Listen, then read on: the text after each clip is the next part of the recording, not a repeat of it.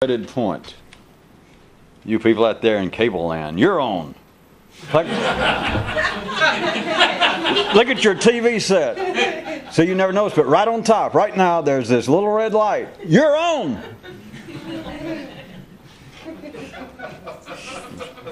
That shouldn't be offensive, but just my general impression, the kind of people that have cable and sit around and watch stuff like this are probably so, that they're probably now suddenly going,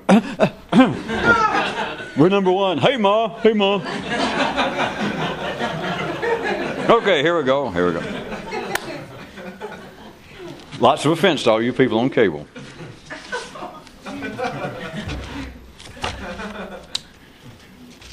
Yes, here we go. Here we go. Doing what we do here. And Kyroots said, page 8. According to the legend, in this one universe, when the gods wanted to destroy a man, they would start telling him what everything cost. Everyone knows by now that we use gods in a very, very loose, broad, undemographic, undogmatic,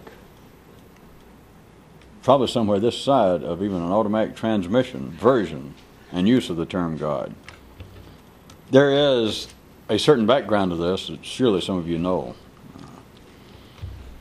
Just offhand, I know that there's one that's 1,500 years old. At least it is. Probably the better known that one version is, those whom the gods would destroy, they first. No, those whom the gods would make mad, they first. No, even I forgot. Those whom the gods would make mad, they first make feel important. I think it's something like that. That's it. But there's a string of those, perhaps not that well known or that common in Western culture and literature, but there's a string of those, and of course they're all proverbial in the sense that they're trying to point out some social, moral failing in man, and they're saying those whom the gods are going to trifle with, they first make smart enough to realize they're being trifled with. It's hard to insult a mule. I think that one is, if I remember, from Thailand. But anyway, it helps a little bit if you've got some sort of background to know. Is the only reason I brought it up. Is there's a string of them throughout that part of the world about that when the gods are wanting to really do something, to drive a man mad, to destroy him, to wreck his life, to get his attention, they do so and so. But it's always on some kind of moralistic basis that you do not have to take it.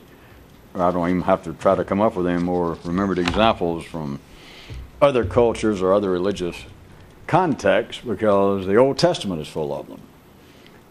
That you pick out any of the 10 Commandments, any of the 7 deadly sins after you've washed your hands, and you could plug it in that the gods, if they're going to blank something negative, the gods are going to reprove you, the gods are going to irritate you, the gods are going to keep you up at night, they will blank. They will make you greedy, they will make you avarice, they will make you feel self-important. All right. May I suggest, speaking for Kyroots, at no additional charge, that this is getting closer to it. This is getting closer to modern times. This is getting closer to the absolute non-commercial commercialism that has always been prevalent upon the food chain. And now it's the secondary food chain, which is important to people, the intellectual, the social, the fashionable food chain. And may I suggest, speaking for Kyroots, having no particular, I know some people have written and accused me of having some kind of contract and being his agent. Well, 10% is no big deal anyway, so I don't consider that in any way colors my judgment of what the man writes. Come on. But I say that he has about put something on it. His version is, according to the legend of this one universe, when the gods want to destroy a man, they start telling him what everything costs. Now could we bypass all the ideas about gods and etc.? How is it when you live, that everything you do, you go to turn on a light, you go to flush the toilet, and you think that you're so up to date as an environmentalist, you go, wait a minute, every time I flush the toilet, it is costing, if you're not going to be this cheap, that it's costing an average 0.32% of a cent for me to flush the toilet. It could be now to the point that you are caught up with the environmental idea of that kind of potential of us destroying the planet or doing a great harm, that every time I do so-and-so, it is costing blank. Do you realize that if you were just ordinary and took that far enough, which it would not have to be real far, it could drive you bonkers. It could paralyze you. It could destroy you. Then what if you started worrying constantly? And that is not that far-fetched. What if now you begin to think every time you breathed, you started that you were the type caught up with the idea of the population bomb, that we're not only going to eat up all of the good food on this planet, and there'll be lines at the drive-ins at McDonald's and places stretching for miles, and you'll never get to be able to eat. There won't be enough Kool-Aid to go around. What if you took it just a little bit further? That never mind all that. Look at what we're doing, and forget even destroying the ozone and all that. Just if we keep having more people, there's not going to be enough air to go around. And so you start thinking, all right, every time I breathe, what am I taking away? Do I actually, the carbon cycle, does the planet put back this much? I breathe real heavy, plus I sweat a lot. Every now and then weekends I smoke a cigar and I probably even inhale more air. What if you start thinking being alive? And one more time, if any of you think that is too crude, how about, as much as we all love our fellow creatures on this planet, all the way from our fine feline and canine children to insects, consider the real orthodoxy of Hindus wearing masks, least they breathe in some microscopic organism and kill it. Which, not to pick on them any more than anybody else, but I mean, if that makes them feel good, I got on a mask. I assume that no mask each other like, one guy with a mask asked another one, "Can you still breathe?" No one said, "Well, sure." And nobody thinks, well, it's good to see we don't have any anti-Hindu factions here. As always, no matter how silly it sounds, if you know something about what's going on the planet, if you can feel it in your genes, if it's silly enough for Kyroots to think of it, it's silly enough to have happened. Except they reported it as some kind of serious news. But there it is. I assume all of you know I did not make that up. They are very serious and they're revered. They're considered to be the orthodoxy of Hinduism, or at least some strain of it, that they really fear. They're afraid to walk, some of them, because they're afraid they're going to step on, not just an ant. You could watch for an ant, but I guess it'd take you forever to walk, which is all right. But they're afraid they're going to step on microscopics, little creatures, which, again, if you missed my little thing about the mask, they can worry about all they want to. But unless you're going to stand in one place, which is another version of some of those attempted metaphysical rituals, if you're going to step, you're going to step on somebody. And there was an old Kyroot a long time ago, if any of you remember, that one man that was real nice, that only man could have the wherewithal to be careful and to go out of his way not to step on an anthill. Whereas, I believe it was Mrs. Volcano and Mr. Hurricane did not seem to have that same sort of concern for us. All right, back one more time, past all the stuff about animals and insects. If you start considering what everything costs, and I'm saying you now, you don't know where you got it, but to try and distract you from a second from thinking, well, this is actually about some kind of external force that starts telling you what everything costs. That's for ordinary people. You might as well skip the idea of gods and external cosmic forces. There's still, here's your radio. Let's get past, you can say, well, it's being tuned into some other stations, right? But it's your radio. Yes, but I'm a victim. I was born with a misused radio. I was born with a decent radio, and then it got abused, and in fact, my receiver became victim of addiction. So I do not have a legitimate, full-functioning radio. But it's still your radio, sir. Well, you're right, it's in my head, but I'm not responsible. Okay. But rather than worrying about the gods or some other force telling you the price, what everything costs, what if your own intellectual procedures, your own operations that seems to be your own mind, that there was a running commentary, all the pictures, all of the dreams you have, that somewhere like them crawling graphics across a TV screen when it's important weather news or something, that going along constantly, or maybe it's Vanna White running behind all your dreams holding up some kind of sign about what the cost is. Of course, what's really funny is you do it. So you're talking about, we're just talking about some kind of theoretical. And Kyroots said,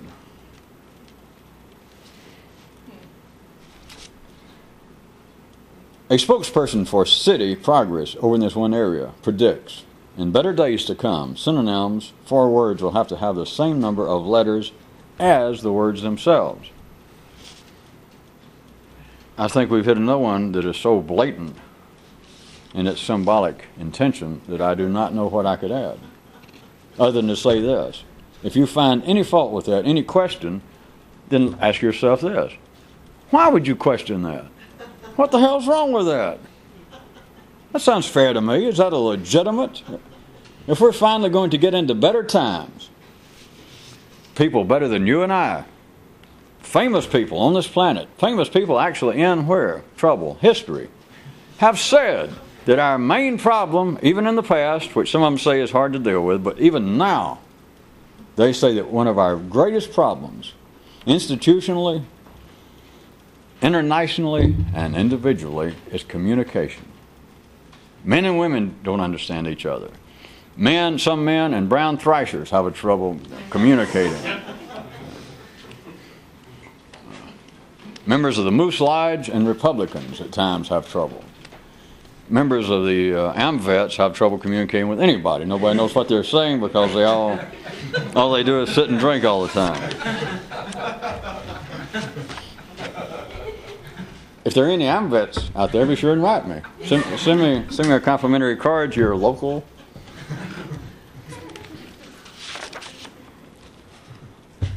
If the trouble is communication, what I was going to get to, if it is indeed, and that is, we're not poking fun at it, of people believing is more serious than ever today, that it is a matter of communication, that nations actually fight because they can't communicate, and that people kill each other. Relationships fall apart because people cannot communicate. If that be true, and who are we to say it's not, how about just asking for a few basic changes to make more sense? I mean, to begin with, Kyroots at least didn't go in, or this guy didn't go into, why do we need synonyms, which is another story altogether.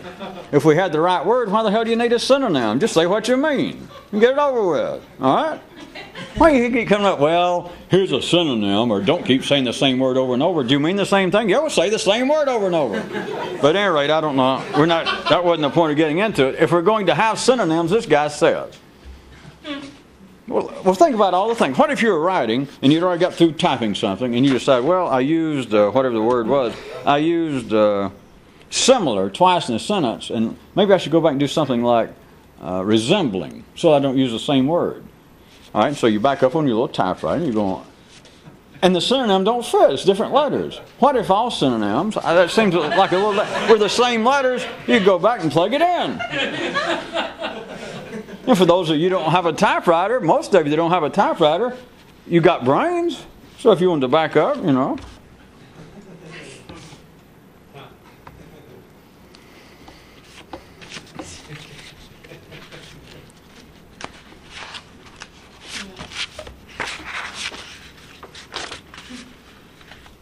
And well, no. All right, no. No. No. No. No, no, no. No, no, no. There's a reason I'm saying no, no, no. It'll come out later. Before the week's out, trust me.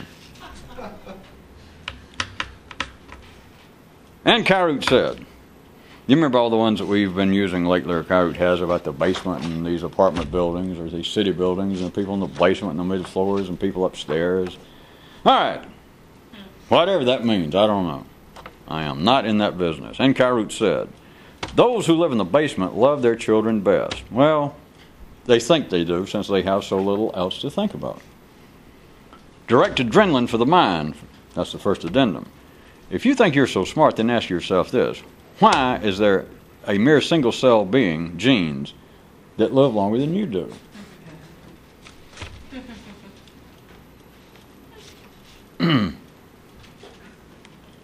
Second addendum. One of life's simple pleasures and basic hobbies is reproducing. What's yours? Well, I have children. As well you should. Somebody's got to. Somebody had to, or we wouldn't be here talking. But that is one of life's basic, simple pleasures. Reproducing. It didn't say screwing. It said reproducing. What's yours? Now, wait a minute, said a viewer. I'm going to make up a Kyroot. He's out of the room. A viewer says, wait a minute. You're saying reproducing. Are you actually now, are you back talking like that one started about having progenies, or are you talking about reproducing some way in your brain? What kind of dumbass viewer would ask something like that? Jesus. I'm glad I made that one up. If somebody had actually written that, I would be testy.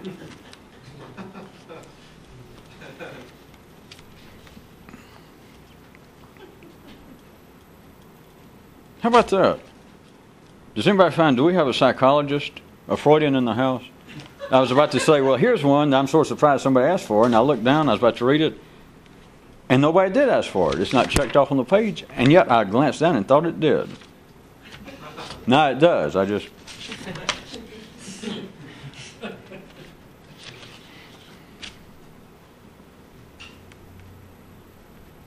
And Kyroots said, even those who've opined that life is no more, there's little more than a play in which men are forced to perform, these men, those people throughout history, they still find that some of the scenes are more serious and important than the others.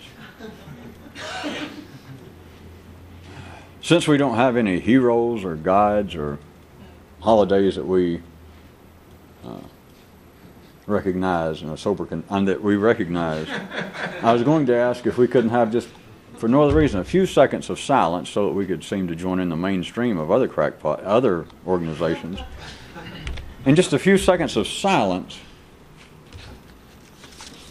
in recognition that there are people throughout history, all the way from your major and minor philosophers to the mouthpieces for Shakespeare's and Molière's, even in the holy books popping up, fables, but in serious ways. Let me go back to philosophers. Serious ways of people having this distinct impression at times, they're just stating outright, well-respected thinkers throughout history, that, this thing we call about life and all of these arguments and us slow dancing together and arguing about theories and everybody believing they're so different. Well, Shakespeare, of course, in the Western world about wrapped it up, that the whole world is a stage and men are but players. Playing out their part, speaking, and you think it's you, and you're just actually being forced to do this. Which, may I also point out to you that is the better known version in the Western world. It's about the only one, but it's obviously the best one. And notice, it is considered to be the big F. I mean, it's just fiction. It's just Shakespeare. The man was a damn hack. Yeah, he's a paid writer. It's not like he was a philosopher or some sort of prophet with a revealed secret information. He was a guy that made a living writing for the stage. So, it kind of sounds intriguing, but you can't take it seriously. So, back to the Kyroot. Even those throughout history, did I distract you too much making fun of the great bard? Is that where that Simpson kid got his name, or is that a different one? Consider, because some of you have obviously, without any doubt, you have had those kind of notions, and that you've at least read it one time. But Kyroots points this out, and this would not normally be a part of even those that would find themselves attracted and even ephemerally supporting the idea that, hey, this all may be some kind of gigantic drama, and they just push it out here on the stage for 60 years, and you keep thinking every now and then, everybody else keeps saying, well, I'm doing more or less what I want to, within reason. I'm kind of making up my part as I go. And you go, yeah, yeah, yeah. And then you repeat somebody, and they go, yeah, yeah, yeah. And then every now and then you look at each other like, is this a crock or what? Do you really believe that you're playing out just exactly what you want to, or even to some degree at times? And it's like every now and then people pass either a visual look or it happens verbally in literature, such as we're The whole world is just a stage of men but players. But Kyroots points out something even a little more, what should we call it? What do they call it in philosophy? Squiggly? Kyroots says that even those who have opined life to be little more than a play in which all men are forced to perform, which is a pretty neat little idea to start with from one view. But he goes on to point out that even those people still find that some of the scenes are more important and serious than the others. Now, that's the third time it's been read through tonight, and the first two times it got some response. But consider the ramifications of that. It's almost like life lets people, again, we've been through versions of this, it's almost as though life will let people run up to a certain line. They'll let a Shakespeare not only say it, let it be remembered, let it become a fairly important part. I'm sure it would, if you had critics of literature or psychology or philosophy of the Western world, and you said, what's, I don't know, the 20 great ideas, surely it would show up on most people's list.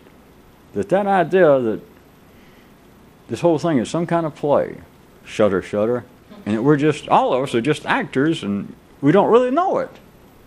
And yet they find something interesting that somebody says it, and people go, ooh, ooh. But they won't let it go there. It's as though life lets people get up that far again, and then it's almost as though it inoculates people. They'll let the mind, as it's supposed to, it'll let it wander right up to a damn near dangerous place. Well, such as some of you people watching this on cable. But see, notice what life will do. It'll make you get up and go get a beer in a minute. Or somebody will come in the room and you can, they'll sit down and you'll both look at it for a minute and one of you points to the other one and go, Jesus, what in the hell is that? It's no problem. But notice, it'll only let your mind go so far and no further. And so it's like a beautiful idea. The reason I'm suggesting that Kyroots brought it up, because it's a real neat idea. It is a promising idea, theory, that this whole thing is a play, and we're all just players and we don't know it. If you can take a real non-judgmental, non-pessimistic, non-get your underwear all in an uproar view of it, you could say, well, if that was true, that would not only answer a little. That would answer what's way beyond a little? A lot. How about everything?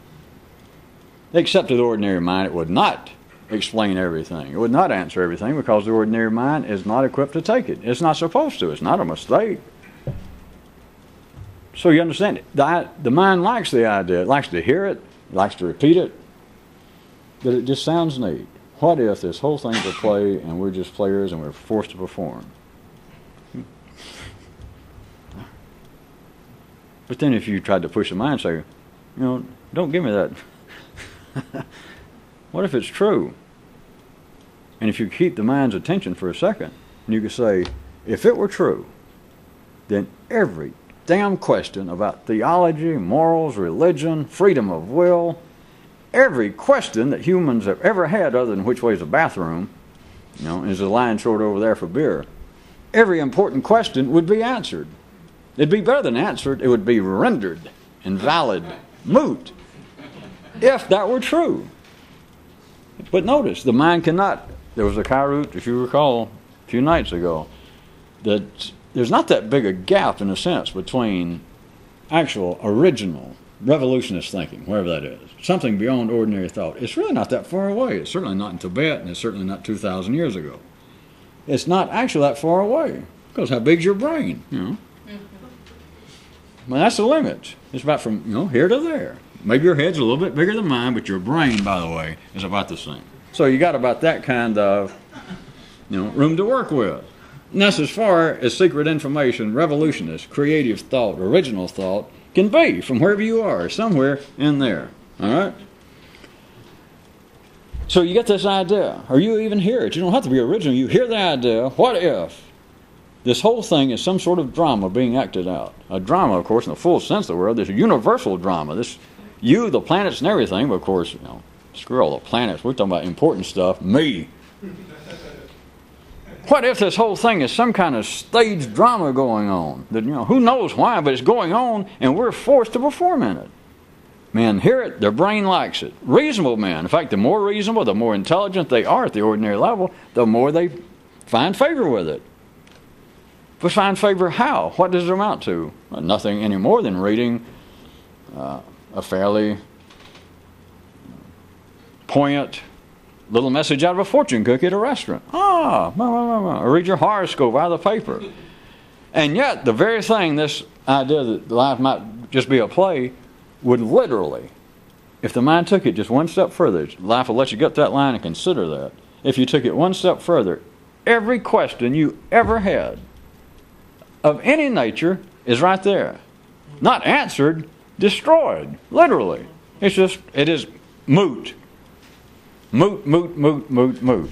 Or for those of you who are not attorneys or maniacal killers and plumbers, impertinent, irrelevant. There is no question after that. And nobody can do it. No ordinary person. I'm sure that there are people in homes under state care at our expense right now who say, yes, we are nothing but actors, and in fact, I'm John Gielgud. Well, thank you, John. The point being, sane people, reasonable people, the heartbeat of the universe, cannot go any further with it. Although the fact is, I'm sure surely you got it after all this time, and this, that would answer everything. Or as I said, better than answered, it destroys all questions. And the mind cannot do it. And it cannot even see what Kyroots was kind of pointing at, almost a crack, since the ordinary mind cannot go from getting up that close to the line and actually getting over it. But it's almost like a crack down there in the pavement between where the line is and right past it. Just like maybe a little sliver broken in the concrete there, the starting line. And people can't even see the fact that those who will even insist that there's got to be some partial theoretical validity to the idea that, I'm sure we're not just absolute stock players who are glued, who are forced to stay with a script. You know what? We obviously got some freedom of will, because any reasonable, sane mind believes at least that much. Now, you know that by now. Anything less than that, either, you got two choices. You're either a revolutionist or you are in a home. So, at the very least, all ordinary, sane people, from popes, presidents, to plumbers and bricklayers, no matter how they might get carried away with the philosophical idea that, well, we're not as free as we think. Perhaps we are just almost players forced into doing some kind of unspecified drama. But something in somebody's nervous system, at yours or somebody's staying there with you going through this, somebody's going to say, well, that may be, but we always have some freedom of will. And everybody on the planet will go, well, yeah, that's true. But notice they'll get that close to where they've got something that would answer all questions. Even better yet, but would answer all questions. And somebody said it. A sane person, a respected person, a philosopher, a man of the cultural and literal ilk of a Shakespeare says this, and people go, yes, yes, yes. World's a stage and us mere players. Oh, geez, yes, yes. And someone finally, though, will say, well, now there may be some true pertinence and reality to that, but we're always left with this fact.